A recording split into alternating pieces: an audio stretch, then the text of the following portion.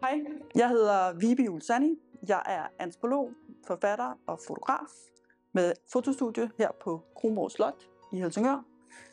Jeg har brug for din hjælp og din økonomiske støtte til et bogprojekt og en fotoudstilling om mødre og døtre. Da jeg selv blev mor for 8 år siden til en dejlig lille datter, der begyndte jeg at reflektere rigtig meget over det her store ansvar, det er at være med til at forme og skabe et andet lille menneske. Det overvældede mig faktisk. Så jeg har været meget optaget rent fotografisk også af at prøve at illustrere den her relation mellem mødre og døtre og moderskab generelt.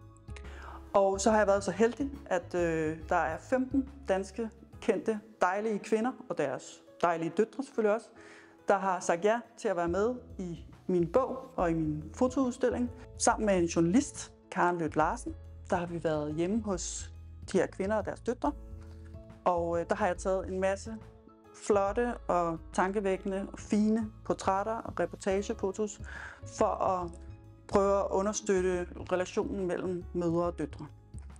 Og samtidig har vi interviewet kvinderne om alt muligt fra tabuer, abort, krop, over bekymringer, kærlighed og angst, mirakler og alt derimellem. Så jeg håber, at du har lyst til at donere nogle penge til projektet. Det vil jeg være meget taknemmelig for. Jeg har allerede et forlag, et galleri, der gerne vil udstille, og gode fortællinger og alle de her smukke fotos. Og min egen datter, hun har været den første til at donere et lille støttebeløb.